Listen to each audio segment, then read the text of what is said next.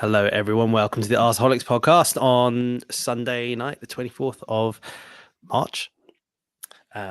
Just in case you had no idea what date it was. Sorry. And I've got Aaron in with me. So it's just the two of us, just Raj and Aaron in today to just have a chat before the Easter weekend's massive City Arsenal game. Geez, that's going to be huge. But also, we haven't recorded in a couple of weeks. So we recorded last before the Porto game. So we haven't had the chance to discuss the draw and the fact that we got Bayern Munich.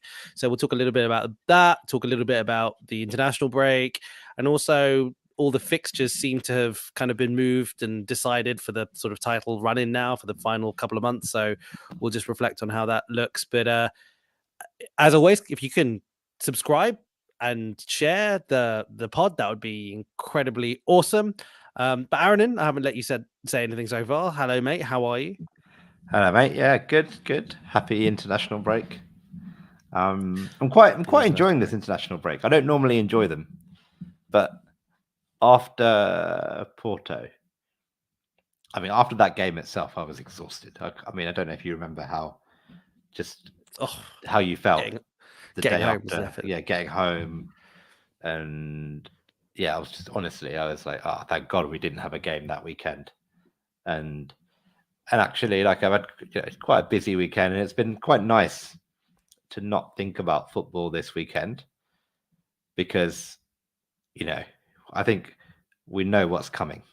And I think after come Friday, come Saturday for the next, I think it's only like 6 weeks left until the end of the season or something like that. 6-7 weeks left. For the next 7 weeks, I think all we're going to be talking about and all we're going to be thinking about is Arsenal and football. So yeah, this is very much it feels like the calm before the storm. If we flip onto that as a topic for a second, the run in and the fixtures, like you said, so 7 or 8 weeks roughly. It's a shed load of games, isn't it? It's basically there's I can't remember the exact, but effectively for a big chunk of this 7-8 week period, we're basically doing 5 games every 2 weeks, right?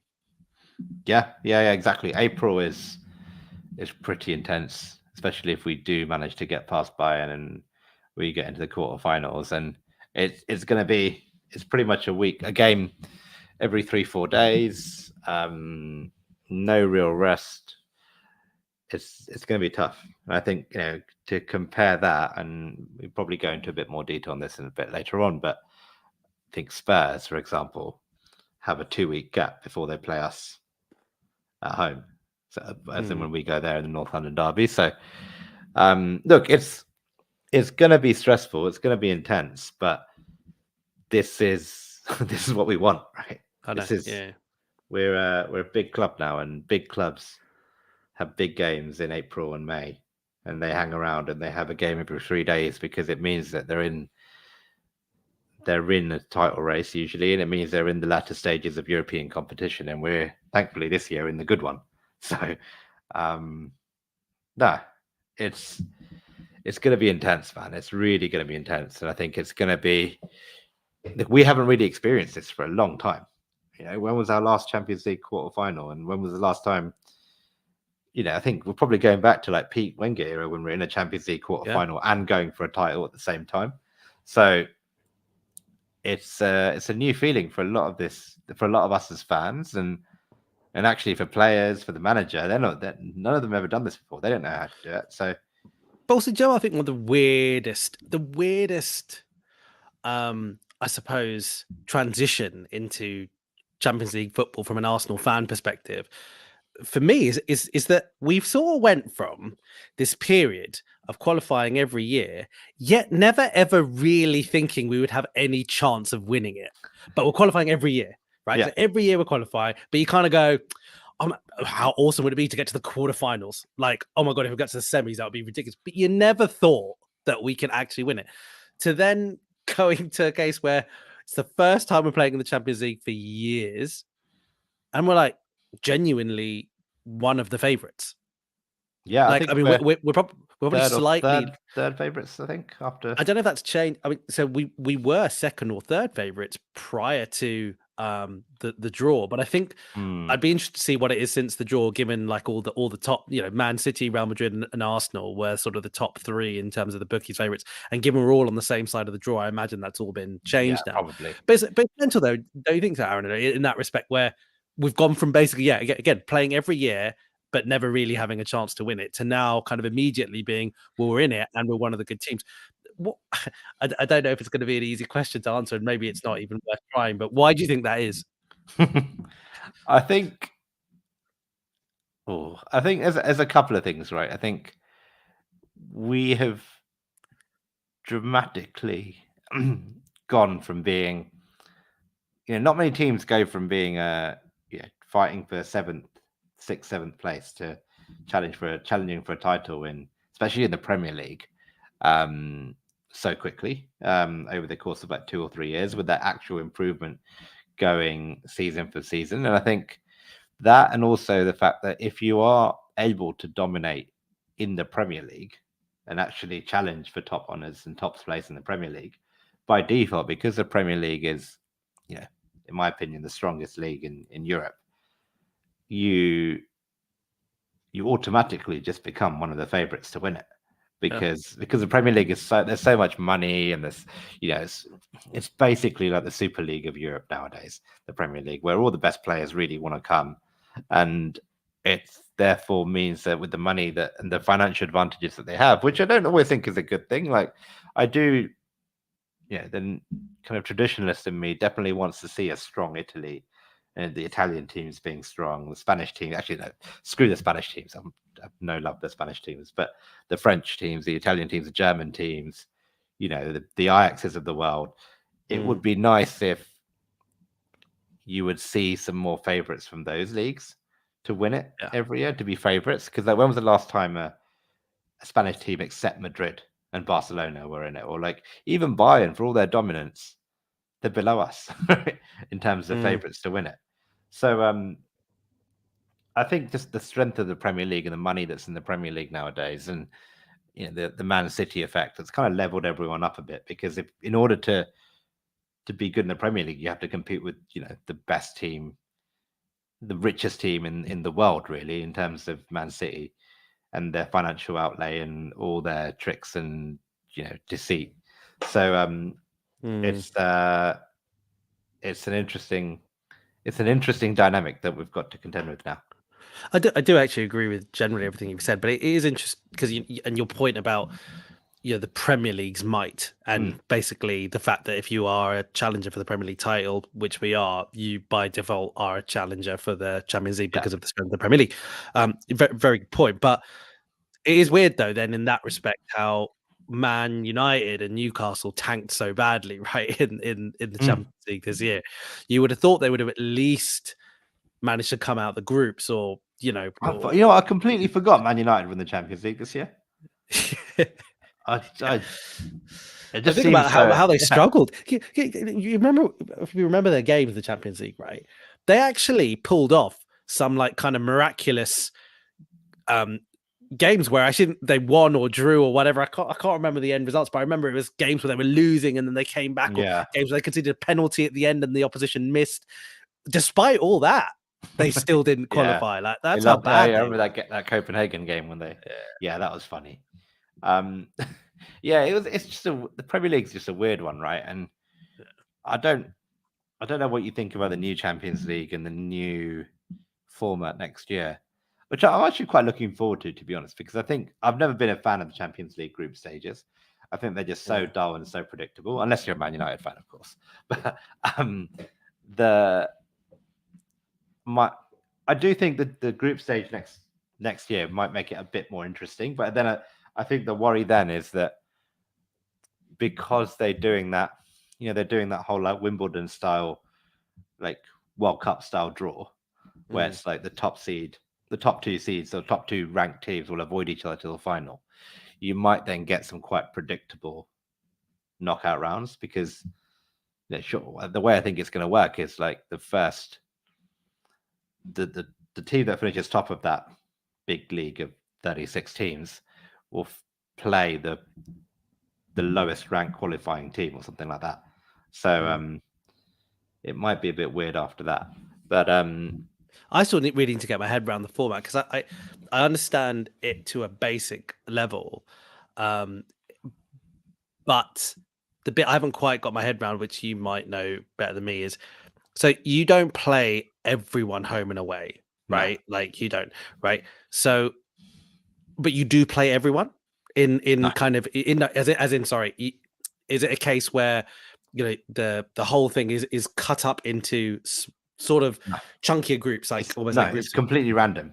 It's even more Right, random than that. So, right, as far as I understand it, is you have 36 teams. yeah, The teams are then seeded, one to like in seeds. So top seeds 1, 2, 3, 4. Bless you. And then and I think from next year they'll just do it purely based on coefficients. So you know how mhm, traditionally, if you win your league, you're automatically a top seed, right? In this year's format, that goes away. So you will have like the best 8 teams based on coefficient will be top seeds, and then you play 2 teams from each of the 4 seeds, right, which gives you 8 games, right? But you play them all once. So you play. You play. So you have 2 teams. So we might get, let's say, Real Madrid and Bayern Munich are in the top seeds. You could get Real Madrid at home, Bayern Munich away. Then you'll play 2 from the second pot, which might be PSV at home, Inter Milan away, and then you just have 8 games. And then you basically get 3 points for a win, and then the teams that get the most amount of points, the top, the top 8 go through automatically, and then teams 9 to 24 go into a playoff round, and then after that it's knockouts, but okay. it's in a prearranged tournament draft. So there's an element of luck about it in terms of you obviously, for example, the fixture that you would play with the best team in your group, you'd want to be at home, but there's a chance that that gets drawn away.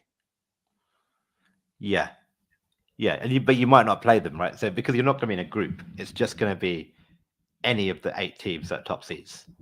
But say the top two, but for example, Arsenal draw Real Madrid as one of the top seeded teams that they would play. Yeah, you'd want want them at home, right? Yeah, you'd want them but at I home, think right? So there's an the element way of it luck on works that. is you get 2 of each. Yeah, and then the second, if you get your first top seed game at home, your second top seed game will be away. Is how I think it works. fine. Well, I definitely need to invest some energy in understanding. Yeah, I think this properly. that's why it's so complicated that apparently it's impossible to do a draw. They just have to let a computer decide most of it. Right. Well, I guess we got that to look forward to, and that'll be interesting. I wonder how that will also impact, if it will impact, how Champions League teams approach the sort of first half of their seasons, because I think at the moment, it's not that teams I think take the group stage of the Champions League easy, but I think that there is an element where like you make sure you win your home games against kind of teams who are sort of weaker than you, and you find it like from a Premier.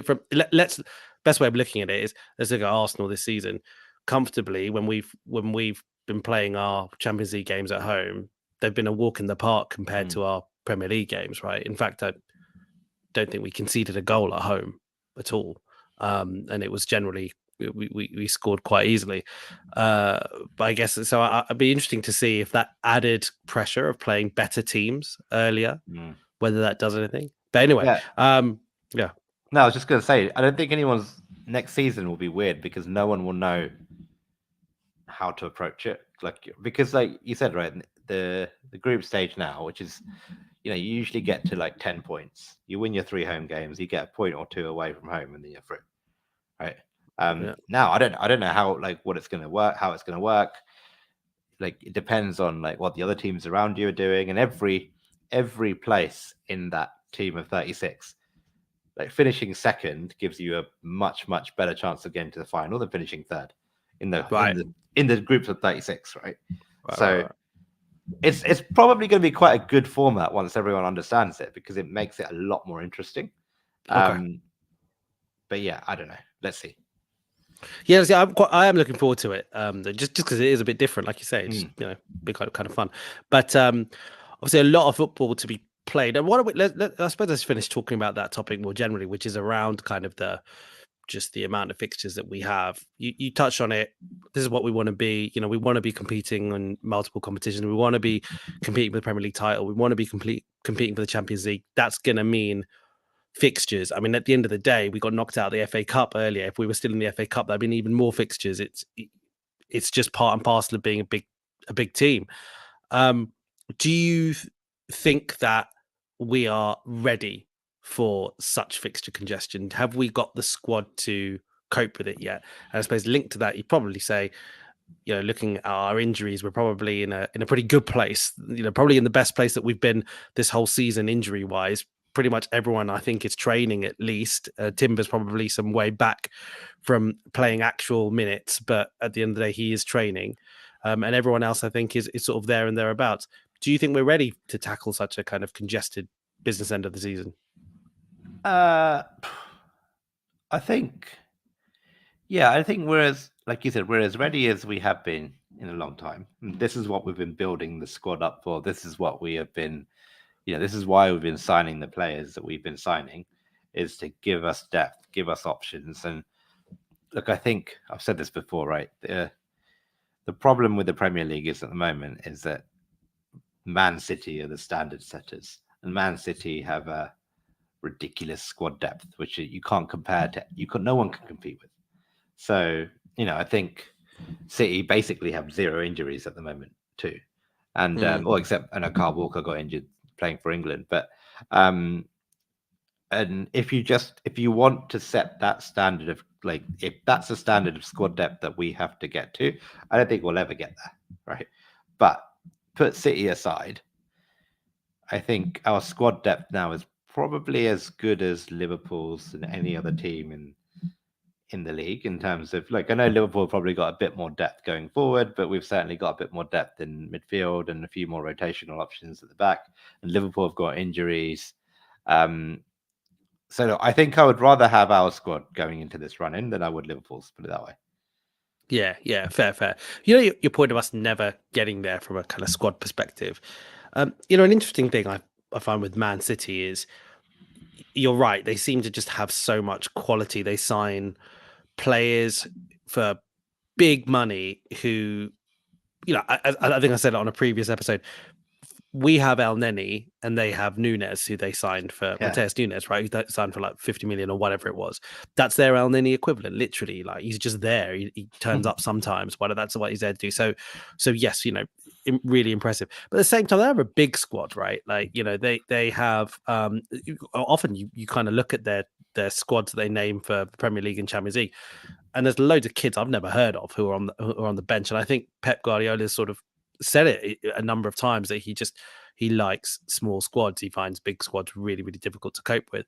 So with that in mind, you're bearing in mind we probably aren't we're probably not going to be able to spunk 50 million on an El Neni upgrade type thing.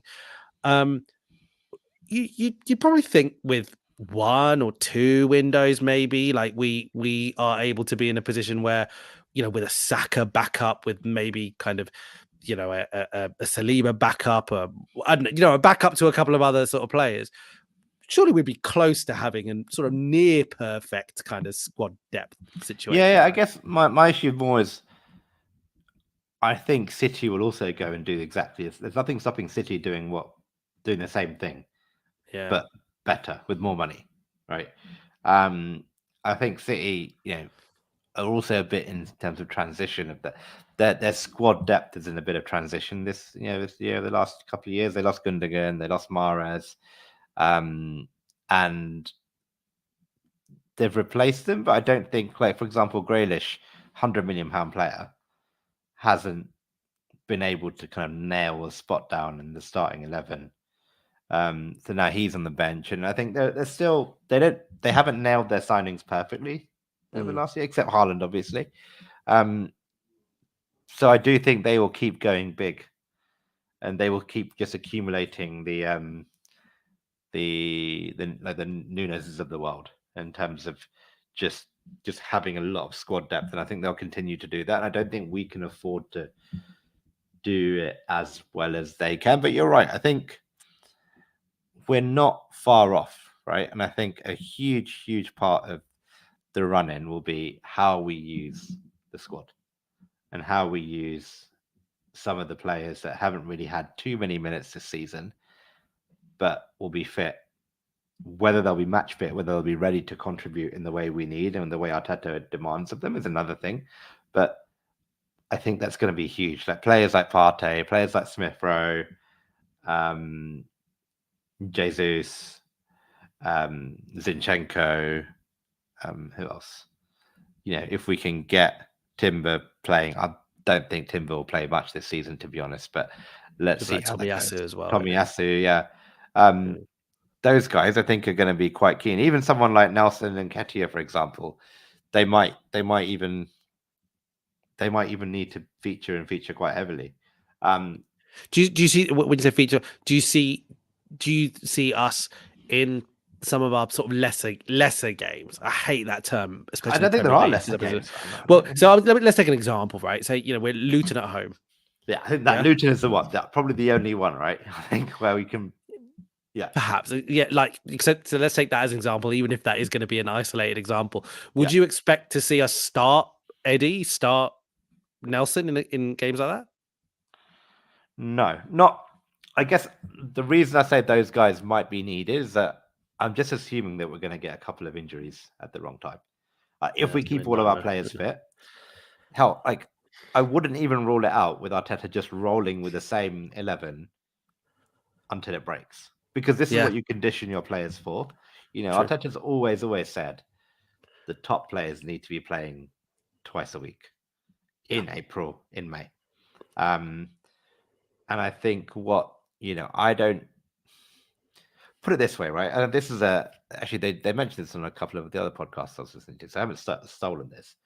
But how many starts? I'll list some players out. You tell me how many times you think if everyone's fit, how many times they start in the next. Let's assume we get to the semi-finals of the Champions League, and we have our league games, and we're in it till the end. Mm-hmm. How many times do you think the following players start? Eddie Nketiah. None. Okay. Reece Nelson. None. Emil Smith Rowe.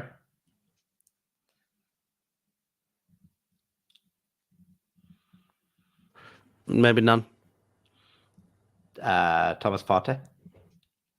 Oh, very good one. 4. Yeah.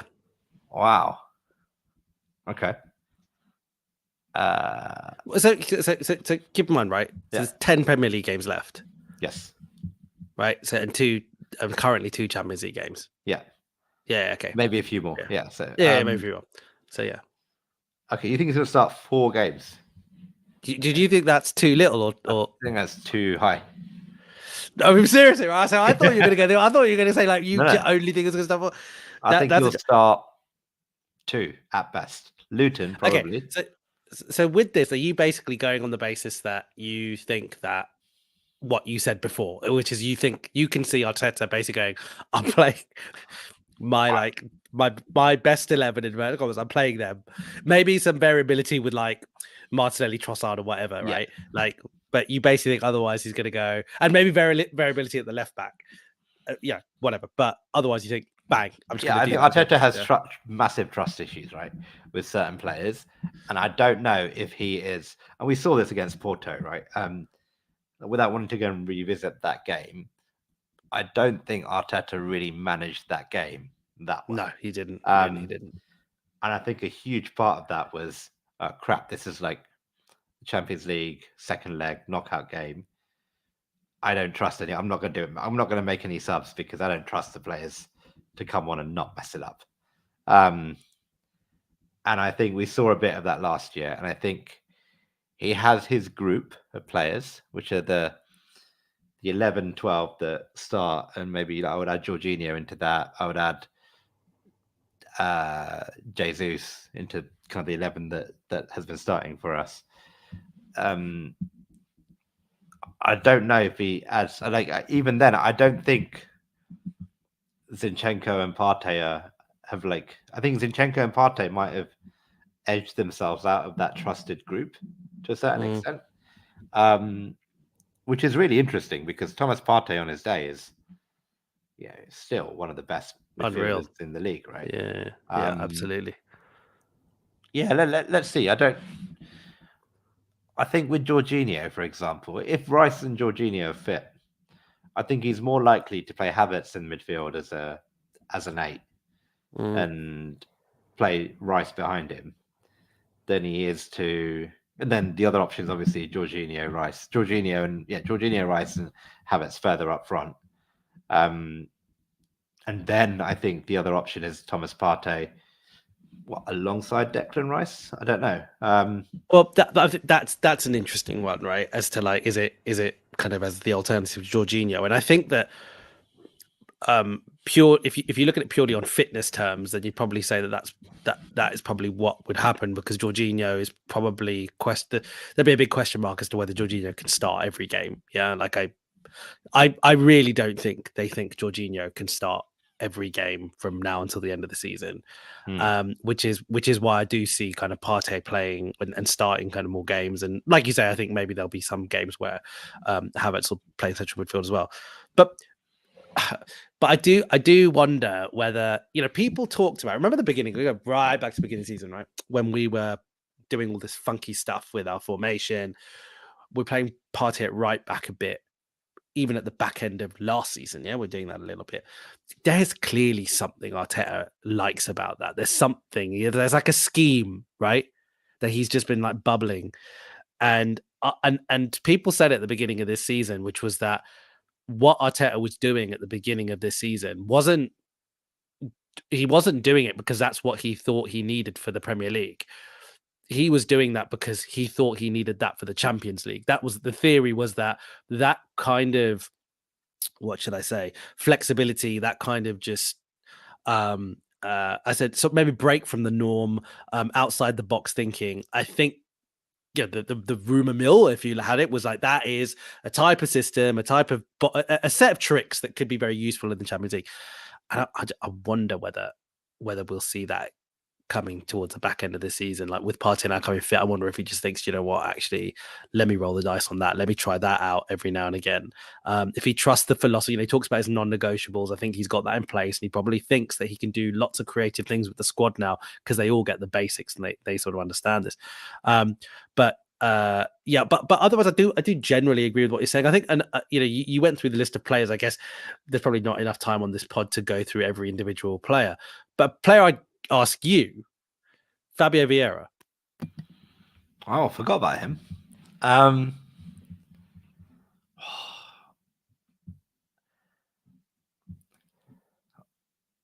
2. Well, interesting. Wow. Okay. I think. Okay. No. I think actually, no, I've changed my mind. 0. You don't think he'll start at all? No. He'll start any game? I think the player that he's most likely to come in for will probably be Odegaard, I think, if he was going to start a game. Unless he plays him on the right. Like, he might just say, I want to give Saka a rest and play Vieira on the right-hand side. I don't know. I don't think so. Yeah, because I just think Arteta is the type of guy who's just going to roll with this until like he'll Trossard will get some games, Martinelli will get some games, Jesus will get some games. So like, we didn't cover Jesus, but I do think Jesus will probably be the higher. If you compare to the numbers that you've given out for like the players so far, I do see Jesus starting considerably more games than the rest of them. So I'd put Jesus in that trusted group. And again, Tomiyasu is an interesting one. I'm not sure he starts a lot of games, but he certainly will get a lot of minutes, I think, because he'll just come on in a lot of games. I can see him doing. And you're saying all this in the assumption, just to be clear, in the assumption that like injuries don't happen. Yeah, correct. Yeah. Like, I think if we do get a big injury, then that makes things a lot more complicated. The problem is when you get these fixes that are so close to one another, right? Someone could pick up a knock, and before you even had the time to diagnose it fully, you're preparing for the next game. And I imagine I imagine just purely through precaution, we might see some of our key players in particular miss the odd game. I don't imagine it'll happen very frequently. And I think towards the second half of the final part of the season, so when we start moving into sort of May time, I think if someone's got a knock, then they plug whatever injection they can to just get them going. Like I think they do that, and it does sound like we've got players at the moment. Ben White and Saka, 2 examples who have just been playing through stuff, and they've just had this managed and I find that in itself really interesting. By the way, like why some players seem to be able to do that and have it managed in such a way where they just play every game, but apparently they've got a genuine issue, and other players like like a slight knock and it's cotton wool for months or whatever. But anyway, it will be super interesting how we navigate this from a squad management perspective. To your Arteta point, about Arteta going for his trusted people, do you think part of that is through fear of like kind of what happened last season and thinking that he can't back his squad really, like, and he just has to go in with no regrets and just sort of go for whatever he thinks is his most sort of reliable option? Is that what you think? I do think. I think some of that is a bit of inexperience from Arteta, where he hasn't really figured out how to really use a squad of players. And to be fair, not many managers do, right? I think remember that the Liverpool team that won the league, that was the same 11 every game, right? And they just played it. And they played it and played it. If they had an injury, they'll take one player out, put someone else in, and actually the substitutes that came in were pretty good. But then the minute the best 11 player was fit, they came in, and that was it. And I think it's very hard to utilize a squad of more than say 14, 15. And like you said, that's why probably Pep doesn't like to have that level of depth, because he doesn't want selection headaches. He doesn't want to deal with the psychology of potentially got 2 or 3 players who could do this job in this game. And I think it is quite a hard thing to do, to manage a lot of players in this level. But I think the counterpoint to that is you get injuries, and when you do have injuries, you want quality second choices and quality third choices, because if you don't, what happened last season will happen, where we're having to end up playing Rob Holding away at the Etihad against Erling Haaland, and it doesn't go well, right? So that'll be the nightmare, isn't it? If we end up in a situation like that where we sort of get to some crux games and we've picked up 2 injuries or even just the 1 injury or whatever, which just means that a key role is supplemented by someone who's fundamentally weaker. It throws the balance off, and then we're there going, if only. Yeah, I think there's an element of there's always going to be the risk that could happen to anyone. I think one thing we've done this year is we've raised the floor of the team, in the sense that I don't think there's a Rob Holding in the squad anymore, right? Where, like, I think we'll look back on that and just be like, what were we doing? Like, dropping that was such a drop off in the level that you could see it just cause panic. It's like giving me shivers thinking about it now. But like Gabriel was just terrified of like everything he was doing, and he was running around. There was that one game, I can't remember what it was, where Gabriel basically had to run across to cover for him, and then he ends up fouling. Was it West Ham when he then ends up fouling someone? And you're just like, if that was Saliba, Gabriel probably wouldn't even be there. Yeah, 100%, 100%. So all of those things, I don't think that happens, right? I think, look, unless we get 2 or 3 like injuries where actually like Tomiyasu's injured, Ben White's injured, and we somehow have to play Cedric at right back or something like that for some reason. But there's probably, again, Arteta messed about with Partey at right back. So I think now actually if Partey is fit, maybe Partey goes in at right back and is actually the third choice right back now. So I think we've got options to mitigate those absolute disasters now. Like even if Saka gets injured, Nelson's not Nelson. Nobody's Bukayo Saka, but Nelson potentially could do a job there. Jesus could probably play there. I'd like to see Jesus there. Vieira could maybe do a job there. So there are options now for most of the squad, and a lot of that is because we've signed these players that can play in 2 or 3 positions. But let's see. I still wouldn't want to go into the run-in and just lose Saka for a month or lose Saliba or lose Rice, because those players really do raise our level. Yeah, agreed. Let's talk about the mountain that's first on the list of mountains, say. and that is the gargantuan mountain that is Man City. So obviously last season, how many points did we lose the league by in the end last season? How much was it? Do you remember? 7 or 8? It wasn't that much. Was it? I can't have been that much. Premier League table. Let me find out. Have a quick check. 22, 23. We lost it 5 points. 5 points, right? Yeah. So, look, my point of sort of even asking that is, we lost home and away to Man City last season. That's the difference, really, right? Last season we lost home and away easily. Man City beat us easily. Like they gave us a lesson both games. You lose the league by 5 points.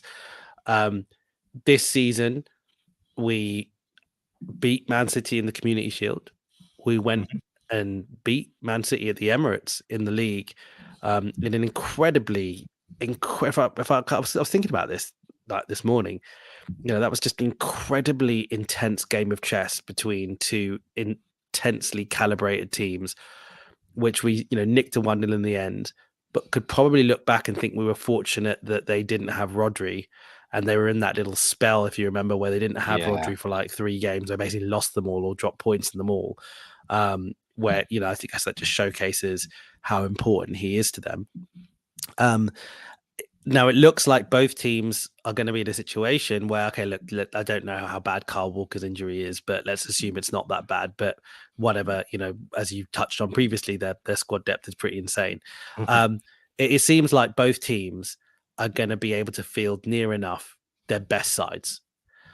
So it's not like injuries are going to really come into the equation. And it really is a game, right, where it's a strange one, right, because it's the first after the international break in what people call the sort of the proper business end of the season. So it's the beginning of the business end of the season. And as a result, you'd think that a win or a draw or for either side shouldn't be the be all and end all, because there are many games to play. But do you think that Arsenal can afford to lose against Man City for psychological reasons, if not mathematical reasons? I actually think more mathematical than psychological this time around. I think the bigger issue this time is more City's fixture list and City's run-in, where I think I don't see them dropping too many points, especially with City doing what City do. And I think if you're gonna have to whereas I don't see us winning every single game, put it that way, in the league, especially given that we might go deep into the Champions League as well.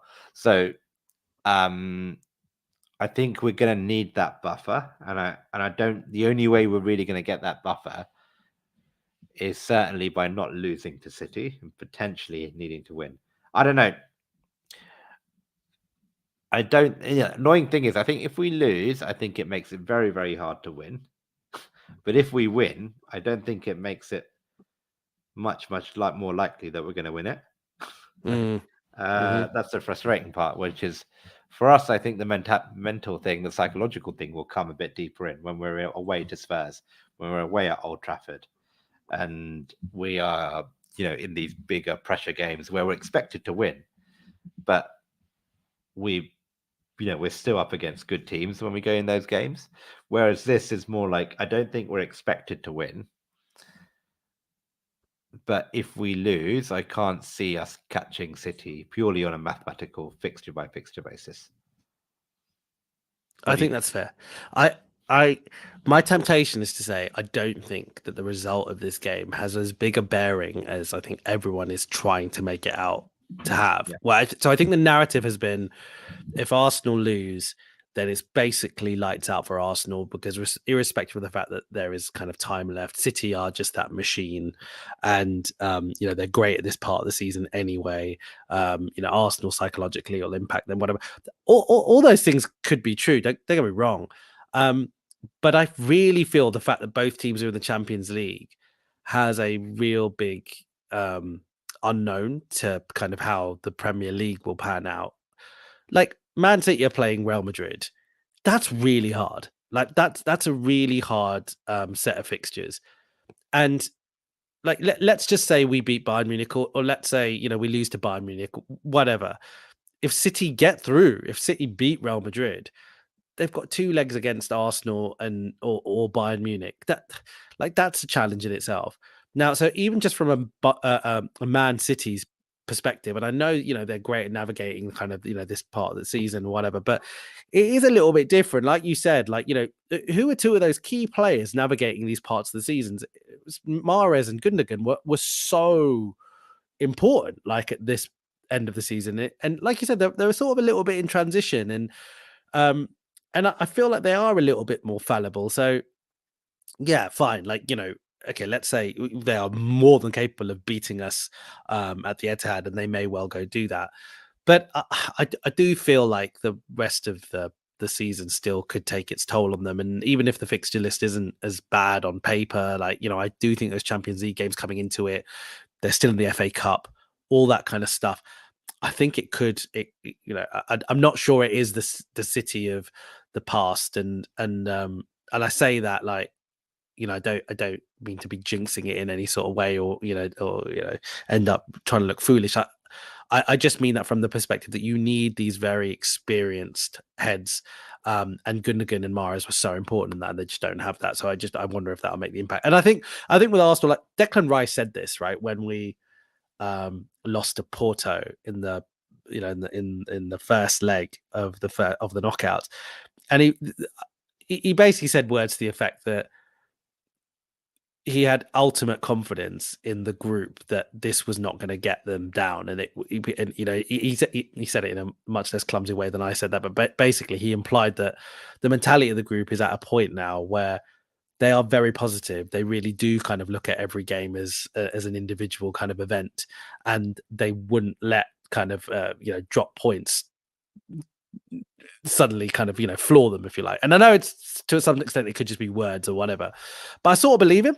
I feel like I look at the squad and I look at their maturity a little bit and I get that. So I feel like I do think that it's an advantage to us that it's being played sort of early-ish in this kind of run. I think it's better for us that that's the case, and I think that therefore if we lose or if we draw, I don't think it's lights out. Like I think that psychologically if this was last season, it's different, but I think psychologically we're better now, and I don't think it is a bit be all and end all. And on that basis, I'm quite looking forward to it. Look, if we beat them, I do think it'll be really, really cool for our confidence and points wise as well. It would be. And I also wonder if we beat them, whether Man City will just feel a little bit like, okay, it's not the same, is it? Maybe there is something that's not quite the same as before. I don't know. Yeah, I hope so. I think the way, because like I said, given Man City and their relatively kind fixture list, I think the only way they don't win it is something psychological like that, where they just drop their intensity, just that tiny 1% where they're like, maybe we've got a tough Champions League game. I'd rather win another Champions League than a 7th league title or whatever it is. Exactly. So, yeah. maybe Pep is like, actually, I'm just gonna prioritize that second Real Madrid game, or I'm gonna prioritize playing Arsenal in the Champions League, or something like that, or Bayern in the Champions League, or whoever, right? And or maybe it's like, oh, the FA Cup, we've just got a couple more injuries, and something happens. I don't know. I was just looking at the run-in, right? And I think the interesting thing is all three of us, Liverpool and City, have to play Aston Villa. We play them at home, I think. Yeah, we play them at home. Liverpool have to go away to them. Man City play them at home. And all of us have to play Spurs. So we've got them away. Liverpool got them at home, and Man City have got them at home. And I think those two games will probably end up being quite crucial. And I think if we can take, I know we've got Man United, but if we can take 6 points from Spurs away and Villa at home, that'll be a big statement, I think. Agreed. You're sort of touching on another point there as well, which I think is like who we play and what those teams are playing for at the point in time we play them is so important, isn't it? Like, and you know, it'd be so when you look at the end of the season, we're playing Man United, I think, our penultimate fixture, but I think Liverpool are playing United around that time. I think I want to say, and it was funny, right? And maybe you can confirm that when exactly Liverpool playing United, but I think I think Liverpool got United on the 7th of April. Okay, that is coming up quite soon. Okay, fine. The reason why I thought it was a bit later was quite funny because on the Stick to Football podcast, I don't know if you saw it, but like at the beginning, Gary Neville was like kind of almost taunting one of the members of staff who's a Liverpool fan with kind of almost you imagine if like it's Man United that ends Liverpool's title challenge kind of thing, and you lost the league at Old Trafford, kind of you started sort of potentially chanting. But anyway, that'll be super interesting. Okay, like, so I mean, what's your gut feel about the game? Do you think we'll win? Do you think we'll draw? Do you think we'll lose? I think we'll get a draw.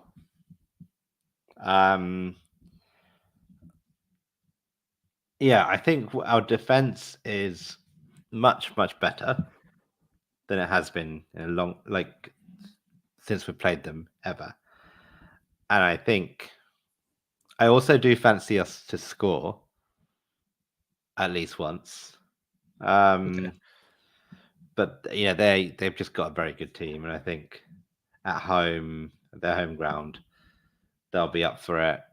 They will have the players, and I think it's not many teams can go to the Etihad and win. So I think a draw would be a very, very good result, and I'll be okay with that. I think Liverpool will be quite pleased. I think Liverpool have got Brighton this weekend, so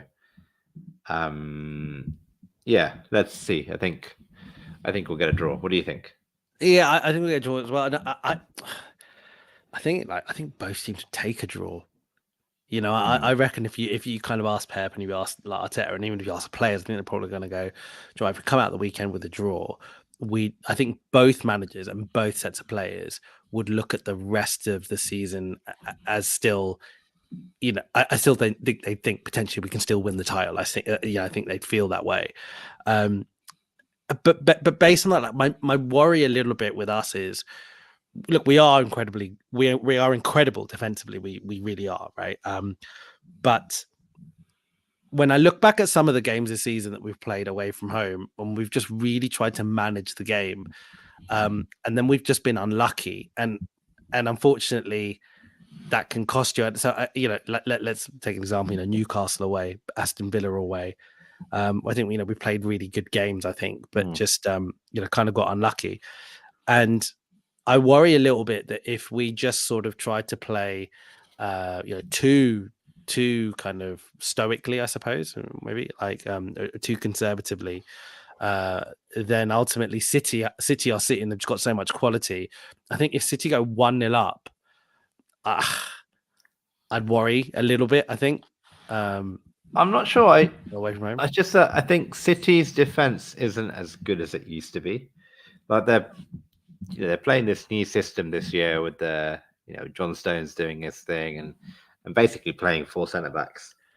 And I don't think that's improved them too much defensively. I do think when I watch City, I think the best way to play City is to really just go at them, because I think they're very similar to us in that sense, where, well, in the sense that I think they are very used to controlling games. They are very used to having the ball. And that team is designed to have control and possession of the football more than 60, 70% of the time. And therefore, what Pep has built that team for is when we're up against a low block or a mid block or whatever, this is how we play. And we've got the players to try and unblock that. And we know what we need to do. Right. I think if we went there and we were brave and we said, actually, we're going to have a go, and actually, we don't think your defense is as good as ours, because I think you can make a good argument that it's not. It's not. It's not. Then it could be a very interesting game where we actually say, like, we're going to get, like, I think Martinelli really needs to be fit for this game. And if Kyle Walker is not fit, that will help us. And then we just say, just go at them, run at them, like get Stones out of position, and I think Ake had a pretty decent game when he played against us last time, I think, but just get him out of position, just get them feeling uncomfortable. And I think because, like, we watched that Liverpool game where, Liverpool Man City, where Liverpool should have scored 2 or 3 goals, right? If it wasn't for Nunes and I'm sorry, Diaz, I think it was Diaz, and Nunes to a certain extent, not being able to finish, that could have been 3 or 4-1. And they managed to get at that defense. So I don't know. Look, it's very. I think the head tells me draw. The heart does say maybe we can go there, give them a game, and if we take our chances, unlike Liverpool, then we could come out with a big statement. Yeah, you may well not be wrong. It's interesting because I don't know if you've read a lot of the tactical breakdowns recently that have kind of been just doing the rounds during international breaks. You usually get more pieces breaking down kind of Arsenal. I've been reading a couple, they've been really quite interesting. Where one in particular, which I found really interesting, and I remembered it again just before this podcast because I was, as I mentioned, I was listening to the Stick to Football podcast. On the Stick to Football podcast, Gary Neville was talking about how he's really surprised that teams don't just try and stop Rodri from playing, because he was basically saying that, everything that City do kind of basically goes through Rodri. And they're just so surprised that teams don't do that. And he was basically talking about teams in the past, how he's been so surprised, like, for example, when he was at United towards the sort of back end of Scholes' kind of career, last 3-4 years, he said he could never understand why teams weren't just like stopping Scholes from kind of playing, because everything they did was through him.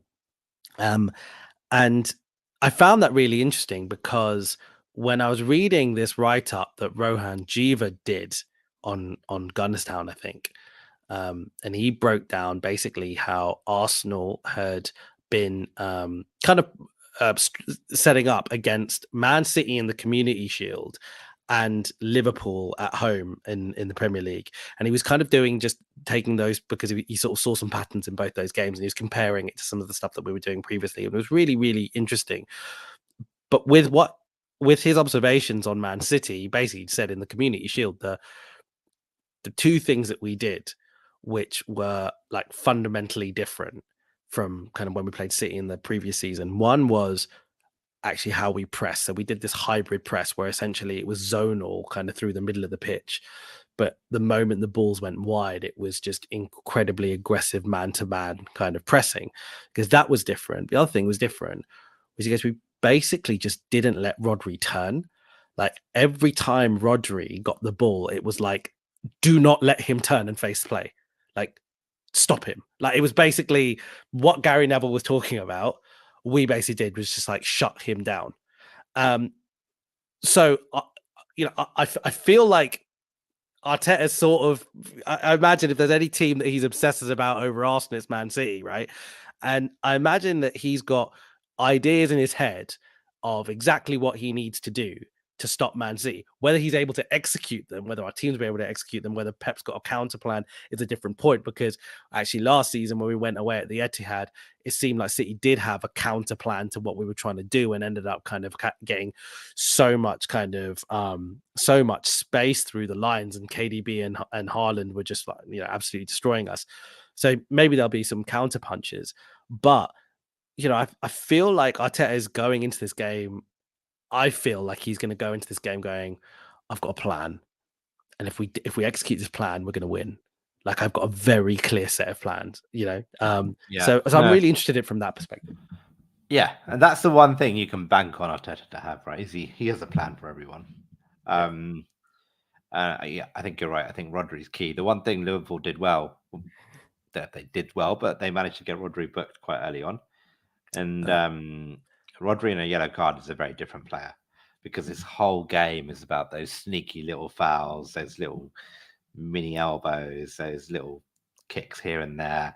And he gets away with so much, I think, because he reminds me of, I love Rodri and I hate him at the same time. He reminds me of Gilberto in that sense, where like Gilberto was like the master of just fouling players but never getting a yellow card. And Rodri is the same, but the minute he's on a yellow, he changes. And I think he's so crucial to how City play and how much they depend on him. And he's a very, very good player, and he gets goals and gets quite big goals now and then. He turns up and can do that too. So yeah, I think you're right. Just keeping him quiet is going to be so important. Yeah. No, I'm super excited. So I tell you what, that's probably a good place to wrap it up. I mean, we've talked a little bit about the fixture, the run-in. We've talked about the Man City game.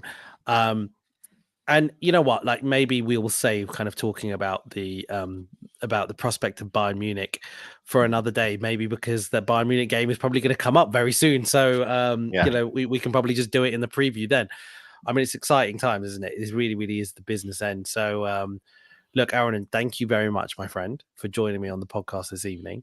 It was good talking to you as always. And everyone, I hope you are looking forward to a huge Easter Sunday weekend. It's a massive, massive game. And come on, let's fingers crossed, everything crossed. Let's go for it. Indeed. Thank you all. Cheers. Bye-bye. See you, mate. Bye.